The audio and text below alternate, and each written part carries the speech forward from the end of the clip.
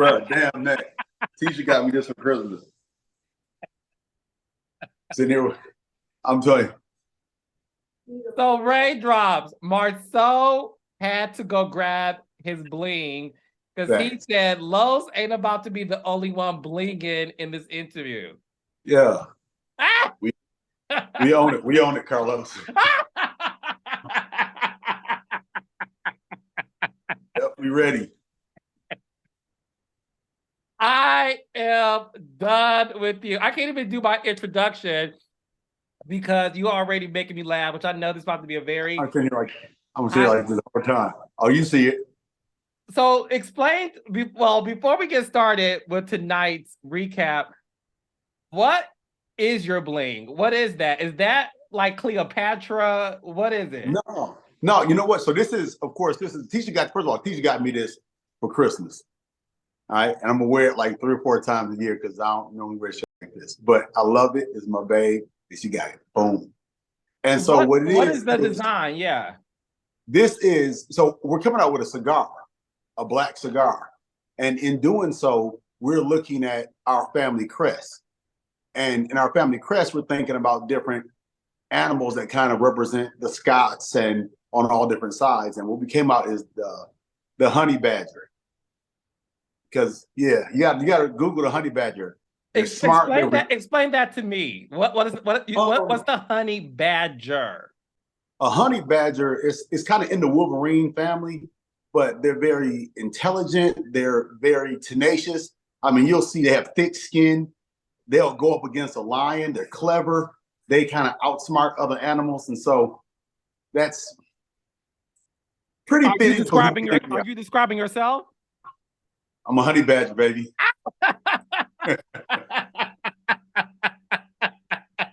And is that black champagne chocolate in a bottle, or is that Hennessy you're sipping on? It's Cinco de Mayo here, so this happens to be a celebration of Cinco de Mayo.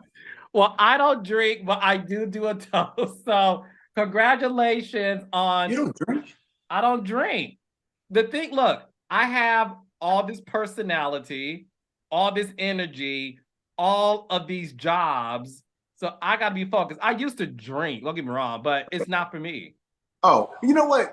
First of all, let's toast. Let's toast to tonight's 101st episode. 101. There you go. There we go. Salute. No, but you know what? That's cool. I every now and then I give up drinking because I tell myself stuff like, oh, I could stop drinking if I want to, but I just don't want to. And I'm like, wait a minute. That sounds like an alcoholic. So, let me just not want to try. I think you're good. Listen, I have been working with you for, 5-6 years. I've never seen you drunk. Yeah. But I don't get sloppy drunk. If I get drunk, I just my personality gets a little bigger, but I'm always watching myself. Like, I don't want to be ever that guy that fell over or, shit like that. That's not. No, because we're Libra men. And as Libra men, we like to be in control of our situation. Oh, absolutely. So that we know when to exit or when to enter a situation. We saw some of that at Madani. But we'll get to that later. Yeah. I hate losing it. I hate losing it, man. Well, a lot of people liked it. And I think, I know you're a married man, but a lot of the ladies liked it. That may have been the one moment the ladies appreciated you. Because we know ever since you started the show. Well, first of all, let's welcome the godfather of the gaslighters, Marsau Scott. My godfather, I just have good explanations. I'm not gonna bring that into my world, that energy tomorrow. I'm not no gaslighter. What do you call it? First of all, I don't know what gaslighting or narcissism is. Okay. It's been so overused, and so everybody's this new psychologist. So everyone's kind of diagnosing people with narcissism and gaslighting. But gaslighting, I guess, is like when somebody comes to you and they ask you a question and you kind of make them feel crazy for asking you the question. No, I was about to call you a name because I'm so comfortable with you. Go, let's go. I don't want YouTube to find me. But no, look, gaslighters are people, when someone asks you a question, you take the question, turn it around, and make it about them and make them feel like they should be guilty for asking you the question, and in your explanation of the answer. Yeah. Okay. I'm a gaslight. Because, but you know where it comes from though, right? It comes from the energy. Like the energy in which you ask the question. I know what the question is behind the question.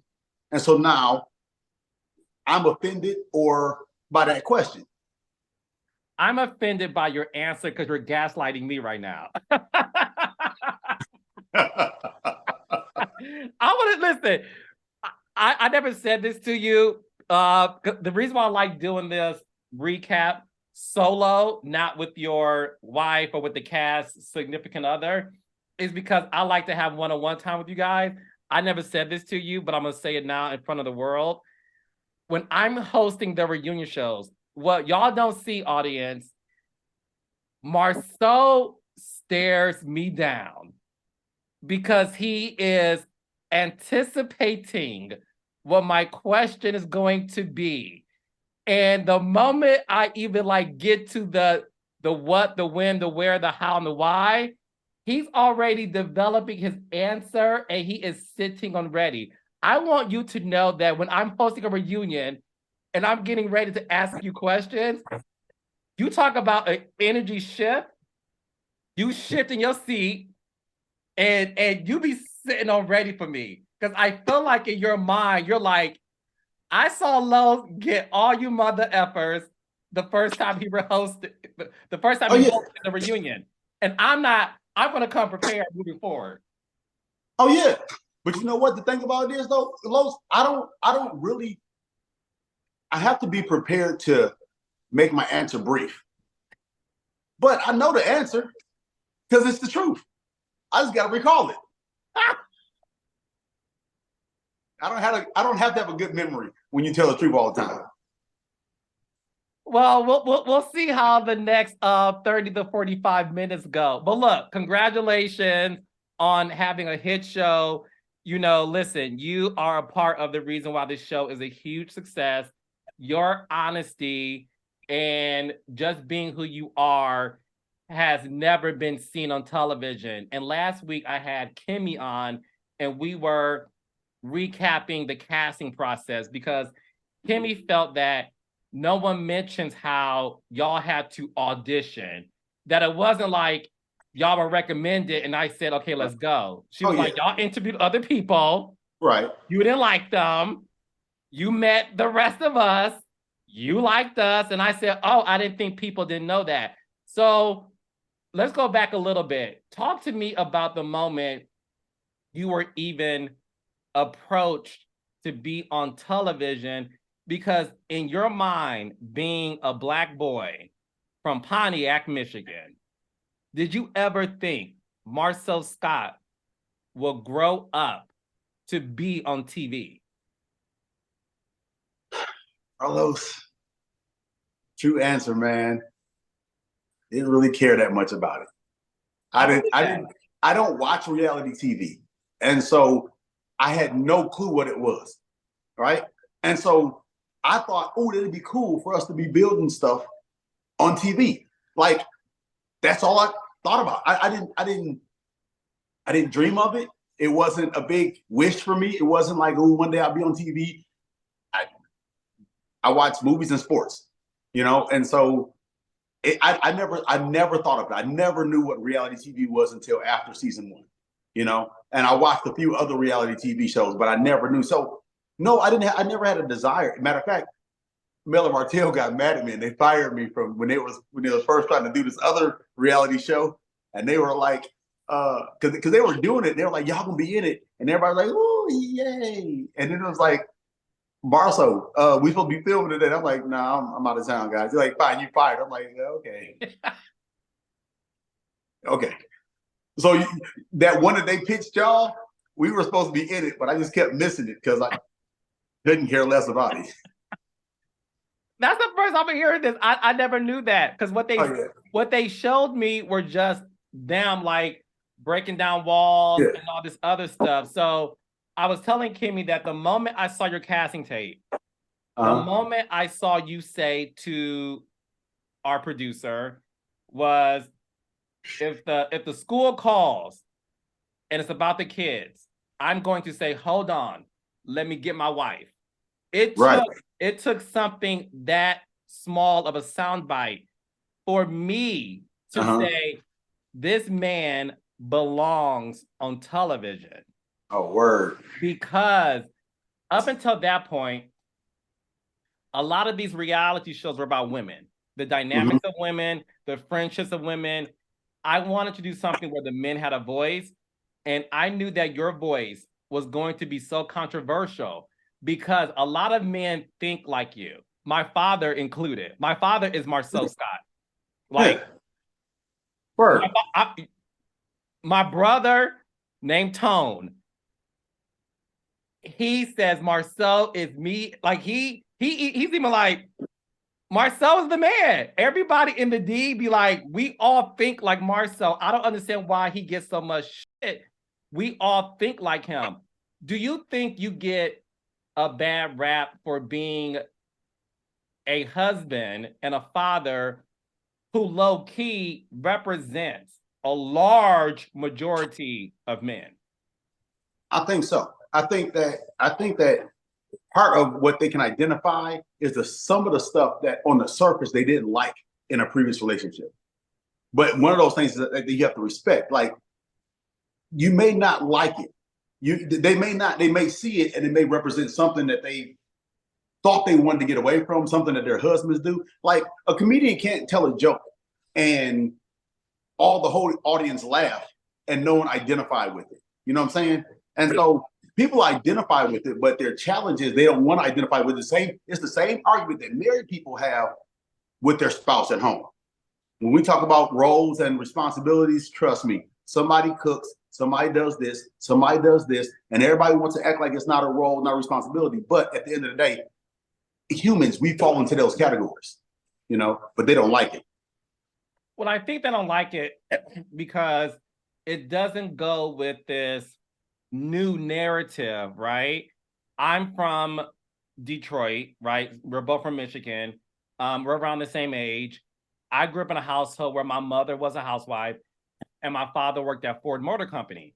So my father with 10 kids, I'm a product of 10 kids. My father worked all the time. They had gender roles. And my mother was happy being a housewife. She loved it. She wanted 12 kids. God blessed her with 10. So that was her dream. My mother, before she passed, always said to me, you and Tisha reminded her of her marriage to my dad, because they believed in gender roles. They believed in this hierarchy of, I fixed my man's plate. My man disciplined the kids. Yeah, be louder. You know what I'm saying? So what I realized when it came to this show is that was my reality in the 80s and 90s, right? We're now in 2023, and we now live in this world where women are saying we want more, and rightfully so, but you are seen as somebody who is a caveman. But do you think it's because when it comes to, let's say, the Black household, when it comes to the Black household, do you feel women nowadays no longer want to serve their husbands? And when I say serve, I don't mean the physical nature of like serving the plate, but serve meaning being a woman who allows her man to be the head of the household. Baby, used to Amex. I think that, Carlos, I think that it's an interesting dynamic that we've been creating, okay? And the challenge is that it comes from, there's two places that you can arrive to thinking like Marsau. One comes from a controlling standpoint that says, I'm the king, everyone serves me. or from a different standpoint that says, I'm the king, I serve the kingdom, right? And so there's a whole different aspect of it. That's why even like when the Bible talks about in order to be a king, you have to have a servant's heart, because a servant serves one king. A king served the entire kingdom. You know what I'm saying? Mm-hmm. And so when you look at it from that different perspective, I remember my dad worked at Pontiac Motors, right? GMC. And he worked there. My mom worked for my aunt. Then divorce, other stuff, life happens, and we're all living with my mom. Dad's not in the picture for a little while. And at that point, we started experiencing, we were poor then, but we started experiencing some of the worst poverty ever. And I watched my mom. I watched my mom with 8 kids. I seen one of her checks, right? One of her checks was like $426 from 2 weeks of work. I remember getting, taking a pizza home from church events so we could eat. Mm-hmm. I eat the crust. You know what I'm saying? And so it's like all of this stuff right here. I remember about to get evicted from Fred D. Smith, and I had to take $415 over, to things. So I remember these different things, right? And so, of course, growing up, you're that guy I moved out of my house when I was 13. I lived with one of my uncles, lived with another one of my uncles, then I lived with my friend's mom. I mean, I had 3 jobs. I worked at Arby's, Oakland Press, and I delivered Arby's, Oakland Press, and I cut grass. At 13? 13 years old, right? Why did you leave at 13, though? Because there were 6 boys, 2 girls in my house, and we had no money. We couldn't do anything. I slept in my uncle's basement, in my other uncle's living room, going to school, riding the bike all around Pontiac. And so work has been something I've been very, very accustomed with. I mean, I was the guy that I used to have like 11 cars on my front lawn. That would be like, 500 or best, runs great, needs minor work type. This is before I could even drive. You know what I'm saying? And so I was always a hustler, always with business, but I always was like, I'll work so you don't have to. And I bear that with a level of pride. You know what I'm saying? Mm-hmm. But I didn't realize it until I was talking about Shaq and Kobe one time. And I was like, dang, if I was on the team, I want to be the Kobe. Because I'm thinking, oh yeah, I want to be the one that's taking care of it. I can guide this. But then I didn't realize that's being a bad teammate. That's not passing the ball all the time. That's, taking the brunt and saying I'm a protector provider, but not, so what the hell you go to school for? And so it's a paradigm shift out of love that I had to step back and do something that's against my nature, or what I thought was good. You know what I'm saying? And thank God that we have enough love to get us through that area when I wasn't a good teammate. And then now, being married 17 years, figuring out, okay, how do I do this? Because I don't know how this works. You know what I'm saying? Because women talk about protection and provision. I bet you they ain't going 50-50 on the protection. I bet you if somebody broke into our house 10 times, Tisha ain't like, well, shit, you got the last 8. Let me get these 2. You know what I'm saying? Ain't nobody going 50-50 on the provision. I mean, on the protection. So, all right, I got you. Do you think there's this, and I'm asking you questions based on how I know Black men view the world, right? Do you think there's this era of the demasculation of Black men? And when I say that, what I mean by that, I don't mean feminine, gay, or nothing like that. I know. I want to be clear for the audience before they misinterpret what I'm saying. There's this narrative that women want to be a man, and that women are becoming more masculine.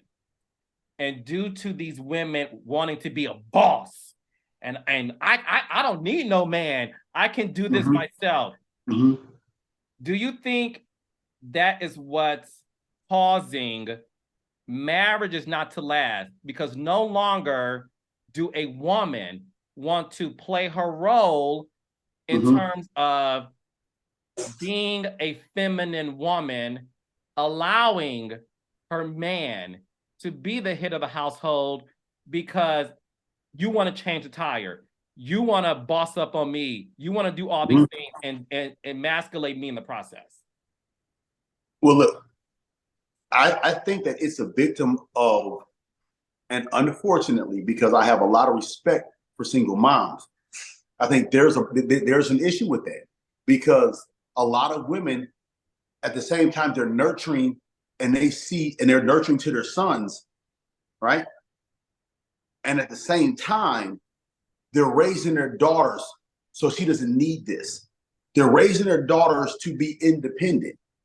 And unnecessarily, show me a single parent, I'll show you a weak man a lot of times, right? A lot of times. You see men don't necessarily have they don't have a father figure in their lives, right? They don't have some of the necessary traits that that it takes to run a household. But then you turn around with women and they're taught to know, get out there, get your own, do your own, get all of these different things. And so the issue is, and I don't think it's I just think it's something we have to understand. It's how do we deal with this new dynamic of relationships? How do we deal with a man that doesn't make as much as a woman, may not be as intelligent as a woman, may not be as driven as a woman, But I still think that women want that in a man. Like, what you can't convince me of is women want to be independent. Women, when you hear women say, "I want to be independent," that's lies. That's cap. Because it sounds good to say. Big cap.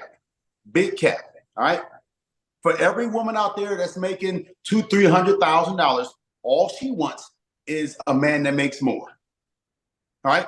Because they love to make a lot of money, but women hate to spend their own money. Trust and believe that. Oh, they don't like that. Guys feel good paying mortgages. They don't. Do you think women like spending their own money? Carlos, do you? You did one of my faces, Marsau. I'm telling you. No. And here's the thing. So here's this is the money relationship, right? Okay. Women tend to want a man that makes more money than them, right? What they don't understand is the more money they make, the less men fit in that category. And for men that make more money, they have more options. The more money they make, the more women fit in that category. So the challenge is then, if women want this guy up here that they like, right? Because it doesn't have to be, even this thing about this bus driver, it doesn't have to be a thing about money, right? But when you start thinking, if a woman said, I want a guy who makes good decisions, he's intelligent, he's a man of his word, he's ambitious, he's industrious, and you start naming all different things, that dude got money. You know what I'm saying? Yes. You can't be all those things and not have money. So the kind of man you want probably has money, right? And so but the problem is, tough... not to cut you off, I agree with you. And I think, oh my gosh, I just have what Oprah calls an aha moment. What you just said makes sense to me. You're saying that when a woman says she wants a man who's ambitious, driven, makes good decisions, more than likely that man has a lot of money. He makes money. I'm sorry, let's say he makes money. He makes money. Mm-hmm. I think the issue is that some women, because a bus driver can make that much money, but when a Black woman who is the highest entrepreneur in the world, she's the largest burgeoning entrepreneur in the world, because in my opinion, Black women are smarter than anybody in the world. My opinion, just saying. I'm with you. Okay. Because a Black woman has Black female friends and they're all doing it, making all this money, when they're at their brunches or the sorority sister's house and they talk about their man. What your man do, girl? Oh, he a bus driver. And I think it's the title that makes it bad for them versus the individual. Because I agree with you. I don't think it has to do with how much money he has. He has money if he's all those things. I think a lot of times it's the perception of impression amongst your friends. It's the idea. Go ahead. No, I agree with that to a certain extent. Because the other extent is saying is that at this point right now, when we look at, let's say, success in a business, right? We can say things like billionaire, multimillionaire, because what we equate a championship to, because to me, having money is nothing more than just having a championship. It's like having a trophy, right? And what it's saying is, you know, the collection of my decisions have led me to this point. This makes my business successful. I made $20 million because of my decisions and my consistency, whatever, right? What we're asking ourselves, and I think it's a very fair question, is what decisions led him to being a bus driver? And I think it's fair, right? But now here comes that Kevin Samuel stuff they don't want to hear, right? What decisions have you made that led you to where you're at? Because at this point, being a single older woman who wants a relationship, there's a question, how come you don't have one? If you're attractive, if you've done this, if you've done this. Because the challenge that women don't get is that they put all these different pieces to the puzzle in their lives. They get money, they get this, they get the house, they get all of this stuff together. And now that last piece of puzzle has to go in. He has to be the exact right shape, the exact right contour for their puzzle. He has to be perfect in order to fit into the life that they've done around them. Conversely, when people like me and Tisha get together at 25 and 27, neither one of our puzzles together. So we get a chance to build this thing and grow this thing together around different things. And so I think it's a tough challenge. It's a tough challenge getting in relationships early, or I'm sorry, getting in relationships after you start forming your life, because now that person has to be perfect. Now that person has to really fit into this scenario, and they have to be everything, you know? So thank God I ain't in that boat. Well, let's talk about the boat that you are in. You're on the Tisha Love boat. And we're talking about the fact that you two met 25, 27 years old. You built this life for yourself to the point where you're able to talk about a family crest, which everybody should look into, because that's very important when you make a certain amount of money to be able to really sustain generational wealth and make sure that your offspring and whomever can take what you built and build a life from it. So when it comes to your wife, Tisha, a lot of people have said some very nasty things about your wife. They've called her everything from stupid to naive, to not standing up to you, to being weak. To the point where when I had Tisha on my podcast, she mentioned how she took a break from social media because it was very hurtful for her to read those comments. As her husband, when you read those comments about your wife, somebody who you've been with for 17 years, as the man, the provider, how does that make you feel when you read those things? You know, that's the one thing that was tough for me, because I got thick skin. I mean, you know, when you're growing up poor, you got to have hands or be funny, you know? And at times I had hands, and a lot of times I was funnier, right? And so you can get people off you like that. So social media for me has been the lunch table, you know? You say a joke on me, cool, I'm back at you, you know? And I'm having fun. But then I turn around and I look at my better half, and it's affecting her more than I thought it should, you know?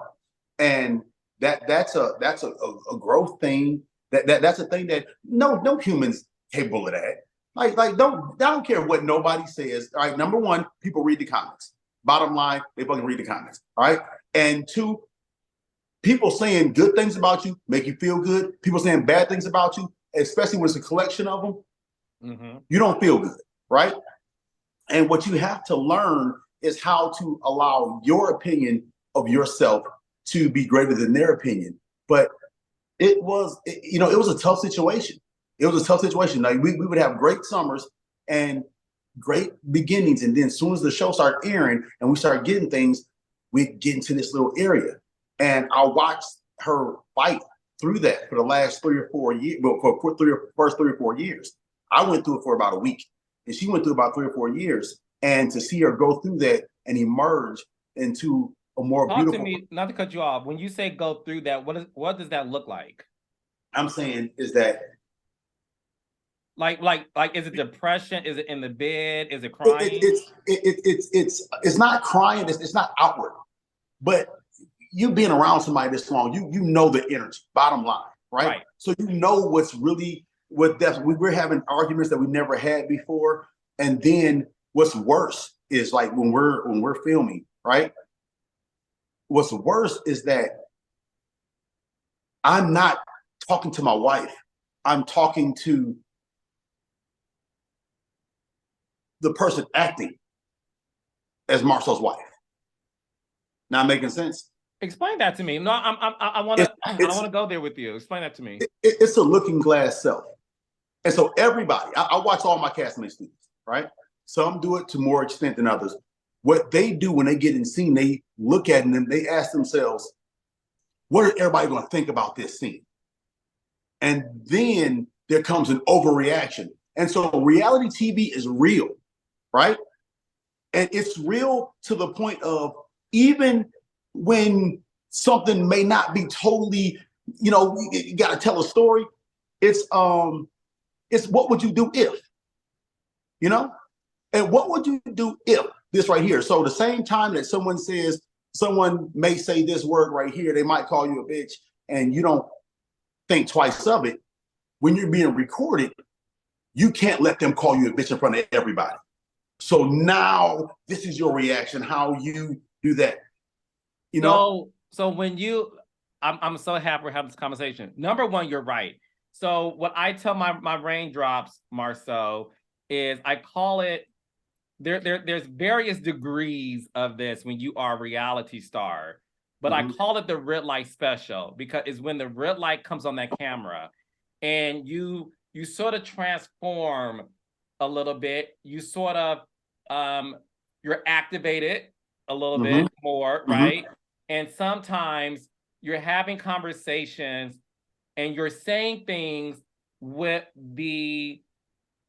social media in mind, with the viewers in mind. Exactly. So me and Tisha, I'm speaking for you. Me and Tisha may have a disagreement on a Tuesday at 1 o'clock with no cameras. It's going to be very different if it's Wednesday, 1 o'clock with cameras. Two situations. The other side of the tracks and being jealous. Those were not situations where I would never take a dig at my wife, right? Ever. And I didn't see it like that. And even if I stepped on your toes and you said, oh, baby, you're on my toes. Oh, my bad. I didn't mean to be on your toes.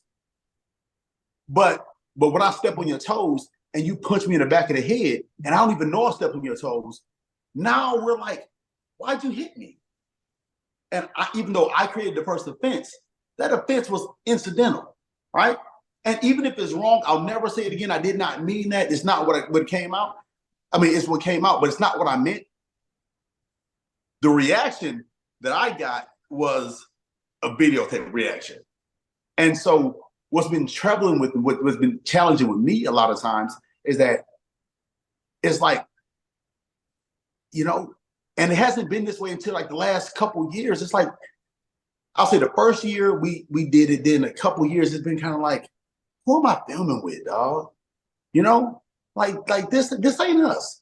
And I'm so happy that we went through that, right? I'm so happy, guys. Thank you, everyone who's called her stupid. Thank you, everyone who's called her dumb, who said anything bad about our relationship, because we've never been tested. And most people in their relationship never get tested. And so now, back against the wall, y'all forced us back to the love. It was Marsau and Tisha against the world. Fuck us now. You know what I'm saying? Yeah. Like, thank you. I appreciate it, because now all it did is make us stronger. And people don't understand the strength of Tisha. I'll tell you what, they can't even take a person in a county not liking them, let alone motherfuckers on TV, up and down, stupid. You should leave them up. That's coming against the best things you ever had in your life. All right? And you tell me that person can maintain and keep moving forward through all of this, being submissive. People think submissive is weak. Submission only comes through strength. Anybody can get their ass whooped. Anybody can get killed. You know what I'm saying? It took Jesus to say, no, I'm going to lay down my life. You know what I'm saying? Anybody can get killed. They'll crucify niggas all day. But him to say, you know what, I could stop this, but I'm going to give this up. I could be a boss, but I'll take you this right here. That's submission. That's a lot more strength than anything else. Go ahead, brother. That was okay. First of all, I think you're very smart. And the reason why I think you're smart is because, listen, we have conversations all the time. I call Marcel sometimes for business advice, like, yo, I'm trying to do this, whatever, because he is very, very, very smart. And one thing I know about Tisha is the fact that I could not agree with you even more. Tisha is very strong. And this is coming from somebody who's been doing this for over 15 years. I've seen comments break people to the point where, and this is no shade, I've seen it break people to the point they refuse to come back to the show. Right. Or to your point, they start to become someone else. And I'm like, this ain't the person I hired. I don't know who you are anymore. And that's what happens. And one thing I always said about Tisha is herself. And let's not negate the fact that your wife is one of the most beautiful women on reality television. And let's not act like that don't play a part in some of the hateful comments, because if Tisha was, and listen, I think God's children are all beautiful because we are all created in his image. And, that's how I feel. There's some people that a lot may say are unattractive. Your wife is not one of them. So when Tisha chocolate skin glistens on 4K HD, big bad, people are going to go in even further because. And she's looking thick. Well, I ain't gonna say all that because that's your Make wife. Make me stutter. So the thing is, I don't think people ever talk about the fact that it's also because your wife is beautiful. And I'll end with this. I've been around this world for a very long time, like you have, my brother. When people say, oh, Tisha, you should leave him, I want to know the man you're with. Because what I have seen in my everyday life, some of you women, and this is no shade, some, not all, before y'all read me, some of y'all are with men who don't even pay you attention, can afford to pay attention if they even could have, if they had it, and y'all with them anyway.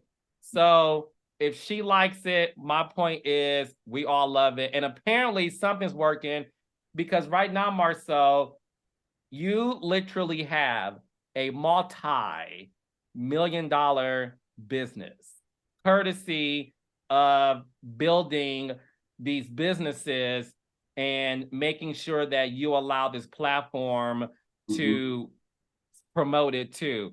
So talk to us about that, because you leaving the house at 13 years old, you being homeless, your father in the scene telling you need to slow down. You're like, when you said this, I was like, oh my gosh, I relate to him. When you said, I just don't want this to go away. Like, I feel like I'm putting words in your mouth. You felt like imposter syndrome. Like, I have all this, I got to keep it going before this shit stops at some point. Yeah. Do you ever look back in your life and say, this poor kid from Pontiac has amassed himself to have a multi-million-dollar business? You know, I do, but I mean, I don't look at my bank statements and I don't read my fan mail. And it's You don't really, look at your, let's have a real conversation, black man to black man. Because I'm gonna be real. When I first started making money, and this is back in the, every day. You didn't check your, okay. Every day. 3 or 4 times a day to make sure it's still there. Right? This can't be real, right? But then when you start cutting them checks, you know what I'm saying? Yeah. When you start cutting them checks and you make a couple deals and you make a couple different things, and then all of a sudden it's kind of, you get gradually to a different level of business. You know what I'm saying? And that business is from good to great. And so it's not no longer what are you doing again? What can you do consistently that's going to really elevate this business and put you on the regular platform? Because we got to stop being the biggest black business. You know what I'm saying? Yes. It's time to get to the money. Like what are you doing out there? What are you doing in the GC world? Not the biggest black GC, but what are you doing in the GC world? And so yeah, I think that it makes me feel good that these things that I hope for are actually working. And like, you think you got an idea, like just like you watching TV, like you have an idea, and you remember when you were sitting on the end of the bench saying, "Put me in, coach. Put me in, coach. I know I can do this."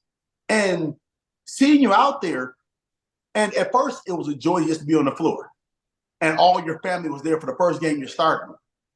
Now you're trying to go for a championship. Now you're saying, "Hey man, I might be a little. Let's see how good I am, because I got this thing and it's from Lil Wayne. Maybe it won't, right? Because I'm right now, Scope is going for $1 billion, and I think that's in the horizon. I'm not saying this year, next year. I'm saying that, I think in the next 10 years, maybe it won't. Shit. Then again, maybe it will. You feel me? You feel me? Fuck it, right? You get a couple of 50 million years. Shit, let's do it. This is what I know for sure. And I never said this publicly, but I'm going to say it now. Of everybody I have ever worked with, this cast has the greatest ability to amass $1 billion business if y'all stay focused and really work to getting it. Because there is something about this cast, and I do think it's because we're all from humble beginnings, right? There's this drive and ambition that y'all have, in addition to being smart. And the one thing I love about y'all, unlike some other folks I used to work with, y'all don't have no desire to go to Hollywood, right, or to like, you know what I'm saying? Like, yeah, I want to go to, like, and when I say go to Hollywood, I mean like, I want to like spend my money on mansions in Beverly. Like, y'all have this very smart sensibility of like, I am making a shitload of money living in a place where real estate is affordable. Why in the world, just because I'm on the #1 show on this network, waste my money trying to keep up with y'all posers, private jets, mansion, like I said, on the Hollywood Hills, attending these events because I'm on TV. Y'all do, when I say none of y'all have that, and I'm always impressed that 5 years later, not one of y'all have ever said to me, how long this show gonna last because we want to move to X, Y, and Z? No. And part of it is self-awareness. All right, keep it a buck. Part of it is you'd rather be a big fish in a small pond than a small fish in a big pond. So keep it a buck. And you get to be big enough in that small pond Shit, you big in the big ponds. It's business, baby. And that's what I want the world to know too. And just so y'all know, and we're gonna move on to tonight's episode. My claim to fame, Carlos King, is I was always a big fish in a small pond. And even when I wanted to play with the big boys, I stopped thinking about joining them and instead said, I'm going to create my own. And that's why I created this company that created this show that has you guys on it and have this platform, because I don't desire to be amongst them. Right.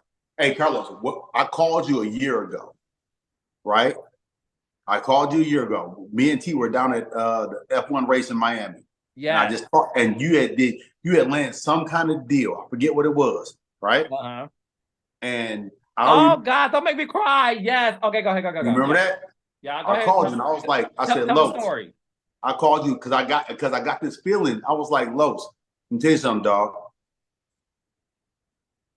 You didn't get chosen for any other reason than you deserve to be there. It ain't no blessing from God. It ain't no, wow, I'm supposed to be here. No, you are the best option. And you walk in there knowing that you're the best option. Walk in there knowing it. And so even when we get blessed from humble beginnings, right? We have to understand that if they had a better option, they'd take it. If I had a better option, I'd take it. Mm-hmm. You know? And so you're in the room because you deserve to be there. Now, I'm not saying God doesn't open doors, but he opens doors. Right, because I want the world to know God does bless us, and you didn't mean anything by that. I want the God blesses us. Go ahead. But he blesses, he blesses. God's not stupid. You know what I'm saying? He's not blessing my kids with a brand new car, right? So he blesses people that are capable of using the blessing. Yes. You know what I'm saying? But I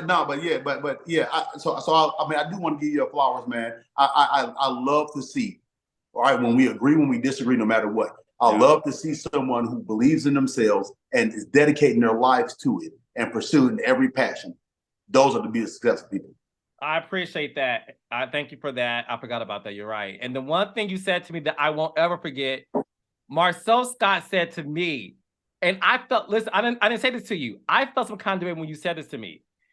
You said, Los, you think it's small, brother. And I said, what are you talking about? You said, you're a big deal. And I don't think you know that. Like, you gotta, man, you big. And I feel like you could be bigger if you own it. Like, you big. Stop thinking small. And I was like, I thought I was thinking big. You was like, no, you ain't. And I really sat back and was like, and you're the second person in my life to say that to me. And it truly did transform something in me, because I was like, I'm the king of reality TV. You was like, yeah. I'm telling you right now, bro, you thinking too small. You don't own your own shit. You don't really pop off like you need to. Like, I'm that whatever. Like, start thinking big and being big and owning your big space. So want to let you know that. Yes. Yeah. Okay. Tonight's episode, we saw that you and your wife, plus your brother and Kimmy, were talking about the last meeting of the Black Expo. Your brother Maurice said that if Melody isn't there, he doesn't want to be involved. And you and Tisha, because you're a jokester, I want people to know he was joking before y'all try to make up. Although he doesn't care, but I like to say it anyway, because y'all control him, he'll troll right back. You made a comment like they got bit by a hope, referencing Melody.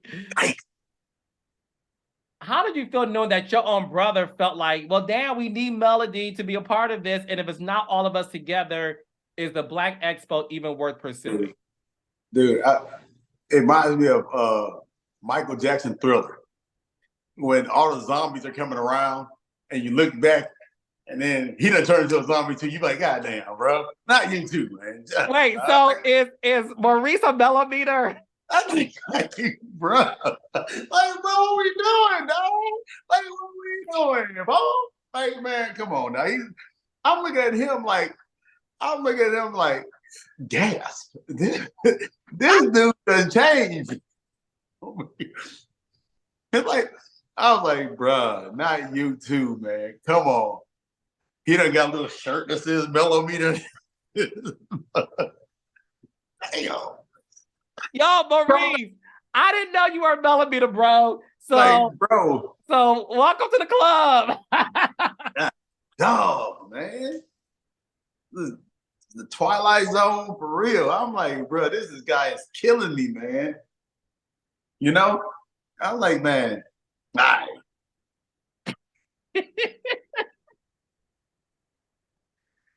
Did you think that you would get so much pushback from the Black Expo because people thought, well, Kimmy, let's just say, Kimmy thought y'all pretty much were trying to do the comeback group, but calling it something else, and that Black Expo was really a Marsau and Tisha thing? Yeah. I think part of that is, but we have to understand something. The comeback group ain't did nothing. Okay? I didn't mean to laugh. Ain't did nothing. All right. So that was, you know what I'm saying? You know, why that made me laugh out loud, because I think I just thought of those meetings and I'm like, y'all don't do shit in those meetings but talk. But talk. And then come out and talk and talk and talk. And then got the nerve to form an LLC and then nothing but pay taxes on that motherfucker. All right. So I'm like, bro, somebody can do something. Hey, this is real talk, right? This is why you should pursue your ideas. In 2000, Maurice came up with the idea that you could speak any language into like a device and it can translate the language. That's the comeback group. All right. Great idea. Who owns the patent? That's real. That's definitely real. Maurice thought of that idea in 2000. He was telling me about this, and he did about 14 minutes worth of research. And just said, there's so many people out there, and you'll hear this, and y'all haven't picked up on it yet. You'll hear, don't leave an idea around Marsau, right? I'll take your shit. If you're not, I won't take your idea. But let me tell you something. I promise when Kimmy gets on this mug and anybody else, they're gonna say, you're right. Because my thing is like, oh, that's a good idea, right? People don't even understand the flex of buying patents and taking people's idea. You know what rich people do? They tell you shit like, oh man, that's a good idea. I'll buy it off you. Yes. Great idea. I was about to say, that's what they either buy it off of you or they put their name on it. Or it's the story of McDonald's. How McDonald's isn't like, you know what I'm saying? Like that was stolen from those brothers. Yes, because they didn't do nothing with it. Yeah. I tasted black chocolate in a bottle. I was like, wow. I tasted chocolate in a bottle. And I was like, I want this to say black. This should say black. You know? So yeah, so yeah, we did that. We repackaged it and said, and guess what we did? Something. So go see. Listen, it's funny. Everyone talks about who's my favorite. I don't have a favorite because I love you all. But you are definitely one of, because one of your 7 top favorites. Right, I have 7 favorites, exactly. Because I love you because you are so honest. You're like, so what? We took the comeback group, put me and Tisha face on it, and called it Black Expo because I'm branding BLAQUE. And one more thing, I expected a text from you when your black ass poured the champagne in the wine glasses, and we did a nice little close-up shot of black. Oh, I was out of town. I didn't get a chance to see it. Okay, we can watch it. But I love the fact that you're like, yeah, we did it. And what you gonna do about it? And what's funny is, not to give it away, the only thing I'll say is you will see the expo. It took you and Tisha 4 weeks to do something y'all been talking about for 4 years. You know what's funny, Carlos? I'm gonna tell you something, dog. We got a team full of shooting guards, right? Everybody on the team is a team full of shooting guards. And our team doesn't lack leaders. We lack leadership. Somebody got to take the wheel. And guess who did it? Tisha. Ooh. Pop your T. Pop your T. There goes that dumb, naive, weak woman. Weak woman, weak, stupid, can't do nothing without nobody. And guess what happened? Guess what happened? The only shit that ever been done with the comeback group has been done by who? Not everybody's welcome to do their own expo now after this. Like Teddy Pendergrass said, the doors are open. The door is wide open for you. The door is open.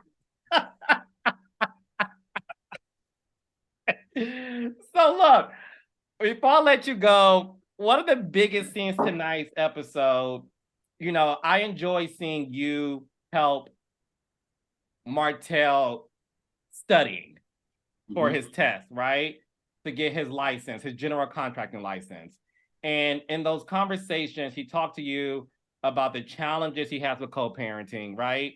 And you gave some great advice. And even what I love that you said was, it's always easy to say what I would do if I were in your situation, but I just don't know what that would be like. Who knows how me and Tisha would be if we were faced with that sort of adversity. And I really appreciated that.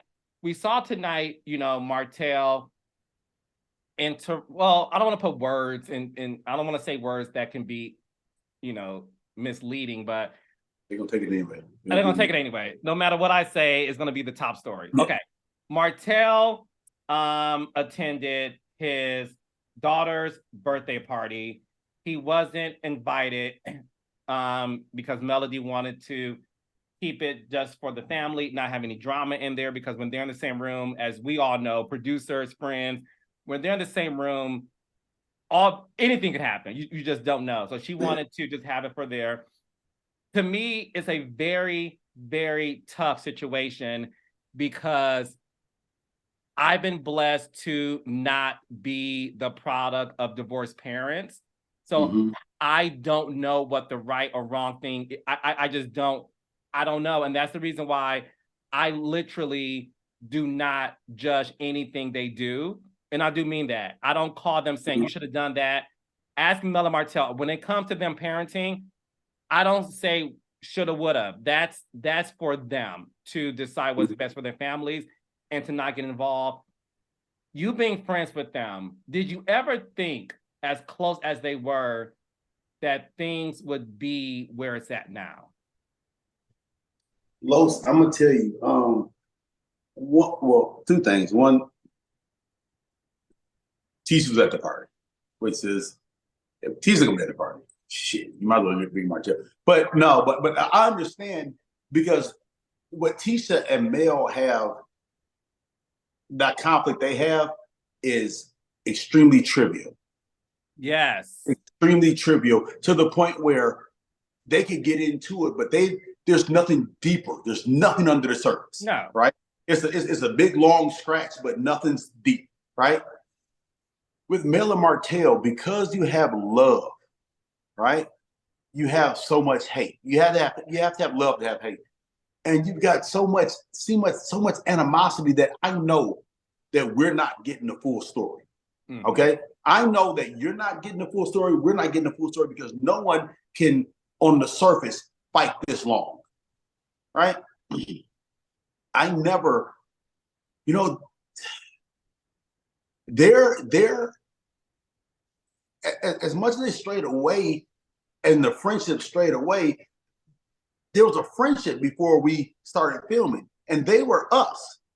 They were a group of us's that me, Reese, Kimmy, and T could go around and be like, oh no, we'll fuck with them. Like they're cool, right? And so it's such a challenge, because they're both intelligent, right? That they would get to this point where neither one of them can see straight. You know, Mm-hmm. I think a little bit is the red light special, Mm-hmm. and I think the other part is you have kids involved, and you have a level of love still there. Mm-hmm. That's the biggest challenge part that no one wants to admit. All right, no one wants to admit it. Martell doesn't want to admit it. Melody doesn't want to admit it. Right?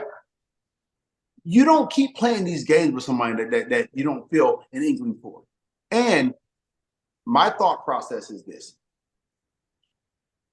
after 10 years, you expect, or 10 or 11 years, 12 years, I don't know what it was, you're expected to have a little bit of residual, you know? And you tell me that after 12 years of marriage, I can get up and walk away and not give a damn about the person I was there, then I'm a shit husband, you know? Mm-hmm. And so I think that the dynamic, and then us forcing them to be back in their same space, they haven't had enough time to break. They haven't had enough time to heal. I think part of it's settling in now, but I mean, as I was telling Maurice and Martell and Lewis, that I could have been divorced too. Mm-hmm.